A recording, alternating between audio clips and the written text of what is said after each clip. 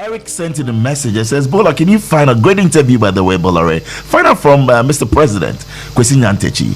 At what time did he say that President Nana Akufo-Addo was in his pocket? Why did you say that, though? I never said that. Oh, you didn't? You see the propaganda. The propaganda. And who am I to defend myself? One voice. Today you have the platform. You never said that the President of Ghana was in your pocket. Or you had Anas, Aremeyaw Anas, to produce a tape in which I said that. How could I have even said that? I never ever said that. But I saw cartoons of Kwesi Nyantakyi reduced into I don't know whether Anas neighbor of the spider. The spider with my head protruding out of somebody's pocket. No, Nana Akufo-Addo's head protruding out of my pocket.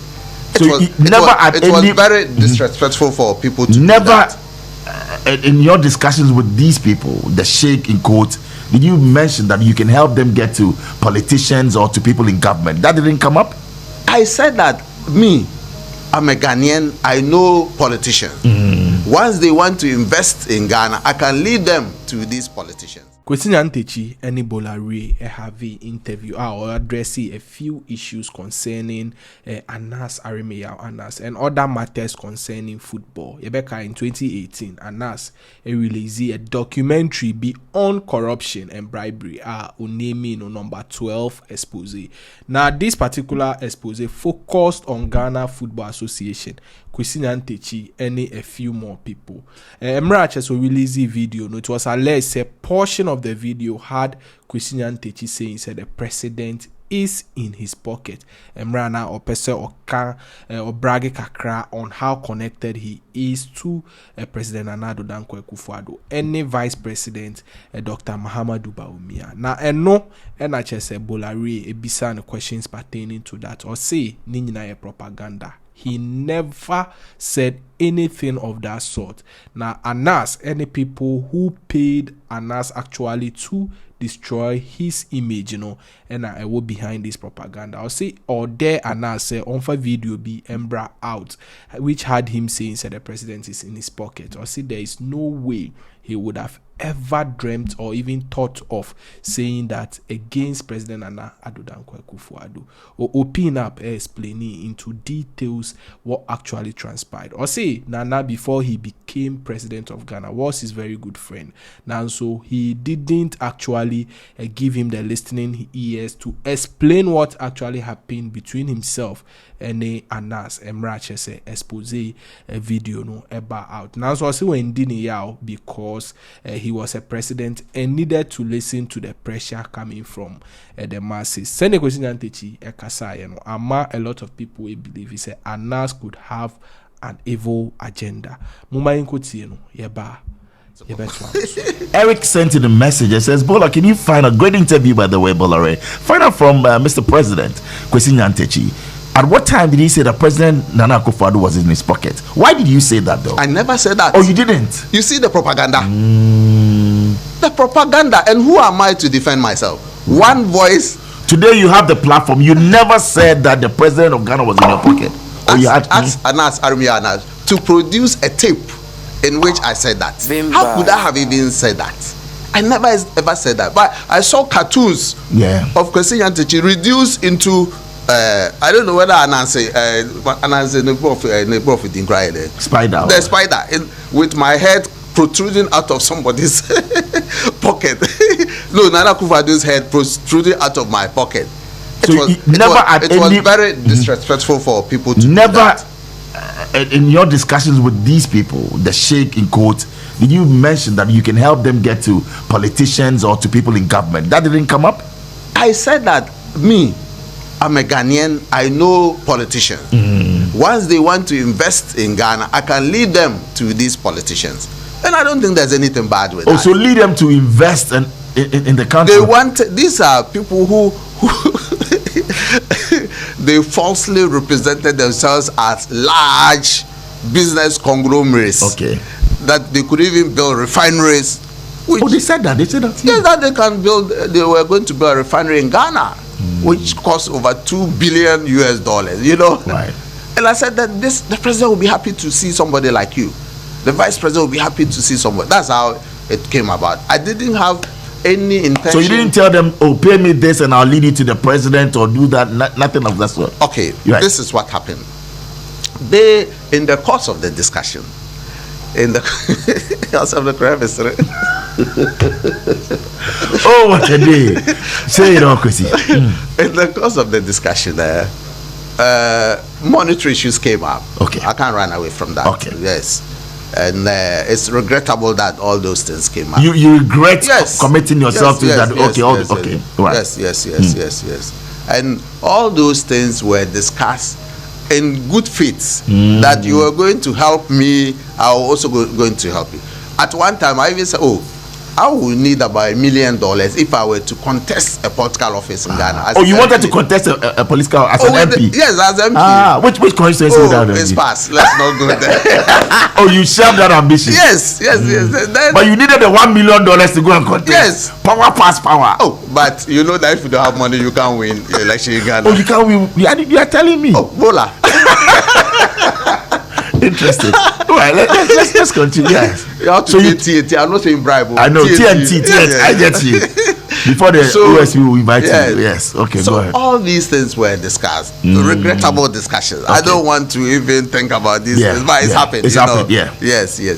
And to even mention the president's name, the vice president, is all regrettable. So you mentioned the president's name, the vice president. I did. Yes, that they should pay you something, and then you make sure that you will get the president. Not that the president was. It was not a condition precedent for meeting the president or the vice president, but it just in the course of the conversation. Yes. And all these things were discussed. You know, I was charged with defrauding by false pretense and all kinds of charges. You know. But influence peddling, you accept that? No, it's not a charge. There was no charge like that. Like influence peddling? No. You know, you it's only a crime when it exists in the Star 103.5 FM. Right. There was nothing like that. Okay. But defrauding by false pretense. It's there, but I was not charged. You were charged. Okay. When my arrest was announced, that's what the media the public was told. But when I was taken to court, I was not charged with defrauding for who was I defrauding? A non-existent sheikh. The man doesn't exist. Can you defraud somebody who doesn't exist? But influence peddling, certainly you use the president's name, the vice president, but it's not a penal, like you said. No, and I didn't. You regret that? Yes. I said that I regret mentioning the president's name, the vice president's name, and whoever, politician or non-politician. I wish it didn't happen at all. When you reported yourself upon getting into the country or when you were arrested, what was going through your mind, Kwesi? You know, when I arrived at Kotoka, I didn't know there were policemen there to arrest me. Oh, you didn't know that? I didn't know that. My plan was that I will arrive, go home and drop my luggage and then go and report to myself. Then when I got down from the plane, then I will not mention his name. A policeman was just standing by. My friend, your friend? Yes. So your friend arrested you, a policeman? Yeah, I knew him. Not a close friend, but we are an acquaintance. So he said, "Oh, come and sit in this car." So I thought he was offering me a favor. Then I saw that people had gathered outside and I was being taken out. Then I asked him, "Where are you taking me to?" Then he told me where he was taking me to. Then I realized that I knew better. Man chop hot. It was not a friendly invitation. It was not a friendly invitation. Wow. But it was necessary. I mean, it was necessary at the time. You don't blame them at all? No. They did their work and they did it so professionally. Wow.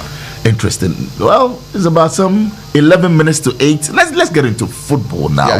We'll get back into other matters. But has Ghana football improved since you left its management, or you think it's retrogressed? My opinion. Your opinion. Simply your opinion. My opinion doesn't matter. It does. You're a great stakeholder, and you saw it in our intro as well. I mean, with what you've done, you're a colossus when it comes to that. So your opinion. I did my best. When we're getting I to did my AFCON best, now, and yet I'm not sure I please everyone. I did my best, but to the best of my ability, I work hard and I was diligent. I thought that I did my best. For me to do a very good appraisal, I would like to see the benchmarks that the current football management has set for itself. Okay. Well, I did that. Okay. When I came in 2005, I introduced a strategic plan into football. The first time ever. Yes. And I set targets and time frame to achieve them. So let me give a typical example. Please. One was qualify to the 2006 World Cup. And when you go, your worst performance should be a qualification to the second round. So I'll give myself 10 over 10 on that. For doing that? Yes. Because your appearance in Germany in 2006. Yes. We qualified. That's right. And then we went to and at that time when Ghana qualified to the second round, we were the only country from Africa, Asia, North and Central America. I remember the euphoria. That was yes. Ghana had never qualified to the World Cup. All of us, we read about Agrifin, Wilberforce, Kwadwo Mfum, Baba Yara, great footballers. Then more recently, in '92, we had top players like Frimpong Manso, Emmanuel Ampia, the maestro himself, Abedi Pele, Tony Yeboah, yes, Prince Paulie. Yeah. You know, I can't just imagine that. And yet we couldn't qualify. So if through us, Ghana qualified in 2006, Germany 2006. Yes. Would that be your greatest achievement, or when you hit your hand to chest? I think so. That is it for you. I think so. You came but I think 2005, 2006 yes. were there. And then the icing on the cake was 2010. South Africa? Yes, South Africa. It was a fantastic year for Ghana. We played in the finals of the African Cup in Angola with young players, 8 of the under-20 World Cup winning players. They won the under-20 World Cup in September 2009. And then 2010 January we were in Angola with them. And I remember when Mr. Ayatu, the former president of CAF, met me, and then he said, Kwesi, your team is made of young small boys. They cannot go far in this competition. Oh, he told you that? He did that openly in the presence of other CAF executive members. I was then on the CAF executive. No, I was not on the ESCO yet, but I was aspiring to get on it. Then I said, Mr. President, we will see. Before they realized, through what was popularly called the one goal project, we're just scoring one goal each. Right. We're in the finals. We nearly won. Wow. So for you, I mean, 2010 as well, you put it out in history. 2010 we had the best team. The best team? Yes. So that was Kwesi Nyantakyi explaining, say, one can anywhere in the expose, say, President Nana Addo Dankwa Akufo-Addo and the pocket as highly publicized by Anas and some media session far back in 2018. As of now, the case between Anas and Kwesi Nyantakyi court, which the court is yet to rule on. The more update in that regard when the need arises. Vimbaz TV.